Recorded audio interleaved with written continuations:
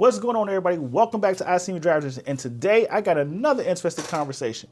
If you saw my last video about the Z06 is actually starting to deteriorate, or should I say destroy the grand sport market, then you know why we already gave you a hint about this video that was coming.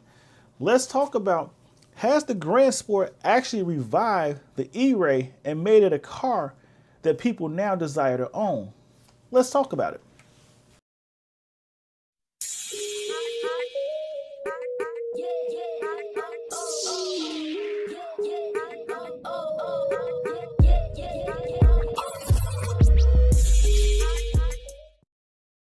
All right, as we start to dive into this conversation, I want to start out by sitting there saying that the previous video would give you an introduction to this, but what I'm actually starting to see from the people I'm talking to and the community is that the E-Ray, which to me has always been the best bang for your buck because of the huge discounts offered to the vehicle, is now starting to pick up traction in sales, and the market for the E-Ray, or should I say the availability for the E-Ray on the market, is starting to get small for the first time in its entire lifespan. And I think that has a lot to do with the Grand Sport not being the car that everybody thought it was going to be. So when the Grand Sport came out and all the hype was actually released, people felt that the whole 520 pound-feet of torque was going to change the actual performance expectations of the basic Grand Sport. And you heard me correct. There were people that were sitting there saying that because of the 520 pound-feet of torque and the extra horsepower, the 535 horsepower that the Grand Sport offers, that it was now going to close the gap. And I'm not even going to say close the gap. They actually expected this car to be faster than the Z06, but not really faster than the E-Ray because of the E-Ray's electric all-wheel drive hybrid system, which they knew the Grand Sport could not compete with that launching ability of the E-Ray. But they felt it would actually slay the Z06.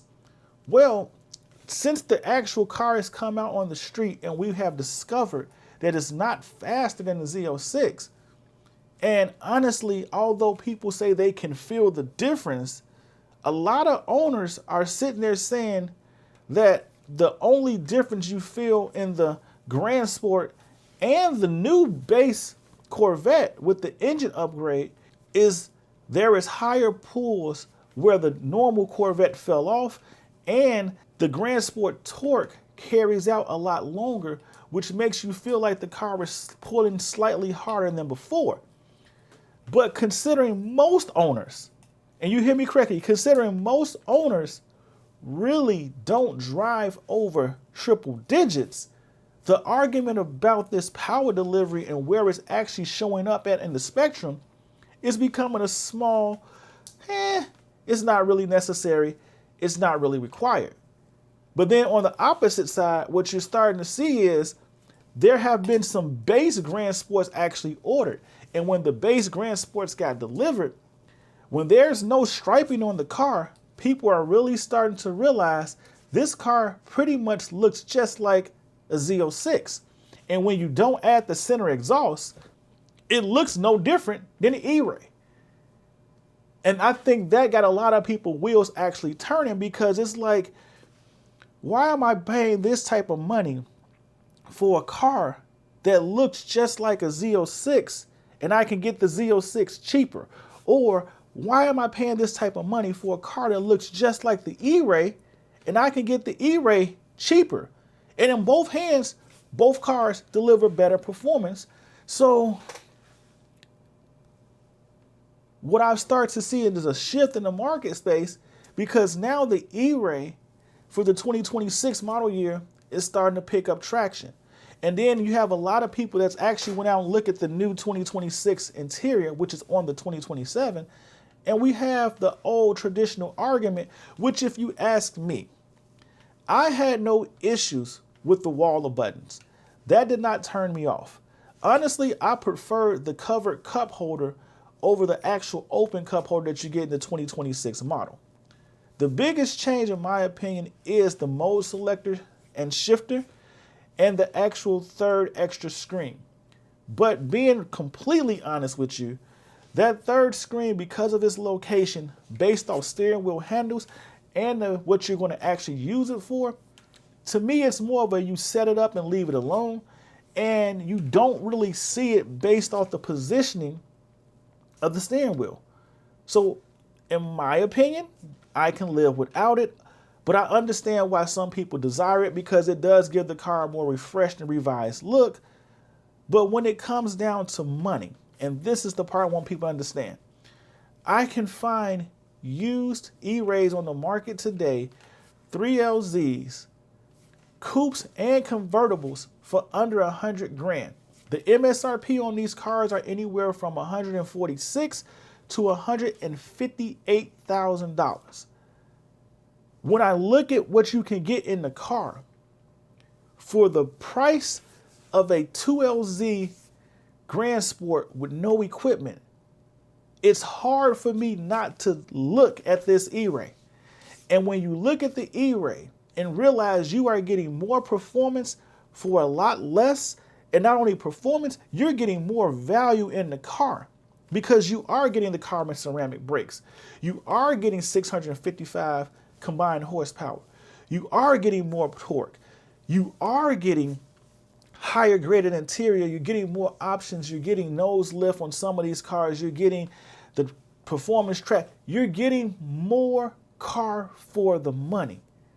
And when you look at it from that point of view, I can't see why many people would choose a Grand Sport over a 2026 E-Ray or a 2025 E-Ray that's new, unless you just have to have the interior. But when you don't put the stripes on the car, that wide body all looks the same. And for that discounted money, because yes, I see E-Rays out there today, 3LZ E-Rays with under 1,500 miles, selling for $96,000 with price tags of $148,000, or should I say MSRPs. So that is a huge, and you hear me again, that is over $45,000 in discounts. When you say the best bargain car, can you really say the Grand Sport is it when you can get a E-Ray, a 2025 E-Ray with less than 1,500 miles that is certified? You heard me correctly. That is certified. So you're getting not only a promotional interest rate when you purchase the car, you're also getting an additional year on the warranty of the car. Like I said, it's too much. And I think that's what's reviving the E-Ray market now, is because the performance that people were looking for, the value in what you can get for the car, and a lot of people are coming out and actually making more content on the E-Ray, and you're starting to realize, like I have been told so many times before, if you're not going to live in a triple digit space, the E-Ray is the best daily drivable car you can purchase. The E-Ray is truly the best bang for your buck because the discounts on it is unheard of for new cars. The E-Ray on the used market space can be found under 5,000 miles, which I tell everybody, if you can find a car under 5,000 miles, I may even extend that to 10,000 miles. And you can get 40 to 50 grand off of the MSRP. I think that is a deal, or should I say a steal, that you should consider purchasing. And that's what we're seeing today. The available E-Rays on the market for sale have went down by over 293 cars in 2 weeks. So if you ask me, the Grand Sport has come out and it hasn't been the car that many people were expecting it to be that did not pre-order the car. For the people that sat back and said, I want to wait and see what happens when the Grand Sport actually hits the street. How does the values affect the other cars? And right now what we're starting to see is that the Grand Sport traction is starting to slow down. And these cars that have been out forever, when you start comparing the performance, or they're watching videos about the performance, the comparisons and so forth, the Grand Sport doesn't have enough to make people want to spend more money for less options on a car. And especially at this point where you have seen the Grand Sport hash marks can be purchased and added to your car by your local dealer, I'm starting to see people put the hash marks on E-Rays. Honestly, Before the Grand Sport even came out, I saw Grand Sport hash marks on E-Rays. They were on the front of the car in some cases. They were on the rear of the car in some cases, which I thought was actually kind of funny because I know an individual, or should I say I met an individual that had the Grand Sport hash marks on the back of his car back in 2023 on his base C8. So to see it today, that's what GM actually did, is quite funny because there were people out there who already had that intent or that thought in their mind. So I have to ask you now the same question I asked before. If you can get this for less than this, and you heard me correctly, this is a 3LZ, competition seats, convertible.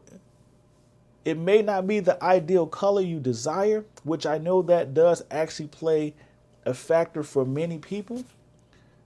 But when you look at the money, the bang for your buck, the options on this car, MSRP $148,000, compared to this, which is a new Grand Sport, MSRP is pushing this car right around $112,000 as a 2LT, and you don't have nowhere near the amount of options as this. Can you justify that purchase to yourself? If you ask me, I'm going to save myself $12,000. That's just me. So let me know in the comments below, would you now consider an E-Ray? Did you purchase an E-Ray once the Grand Sport came out because you were disappointed in the pricing, the performance, or just tell me whatever it was about the Grand Sport that made you decide to go another way? Let me know in the comments below. ICNV Driver Edition. Go ahead, hit that like button, subscribe to the channel, join the ICNV Driver Edition community. We are an interactive community, which means if you hit me up on any one of my social media platforms or in the comments below, I'll do my best to respond. And if the topic you bring up is interesting enough, I may even shoot a video on it. But don't forget, we're also a community of car enthusiasts that love to drive cars that make you turn your head, that aren't your everyday people movers. If you're one of those individuals, go ahead and lock into the channel, subscribe to your boy. We have more interesting content like this coming your way that you don't want to miss out on. Remember, we were all made in his image and given dominion over the world, which means you weren't just meant to be. So chase your dreams, build your visions, never ever give up, and embrace your own identity. We were all given unique gifts to become the best versions of us that we can possibly be. So step into your calling and become the blessing to the world that you were meant to be. Remember, you can be the one and not the one at the same time, because it's okay to be unique. Just remember to stay humble, stay focused, and stay blessed. And I'll see you in these streets. Peace.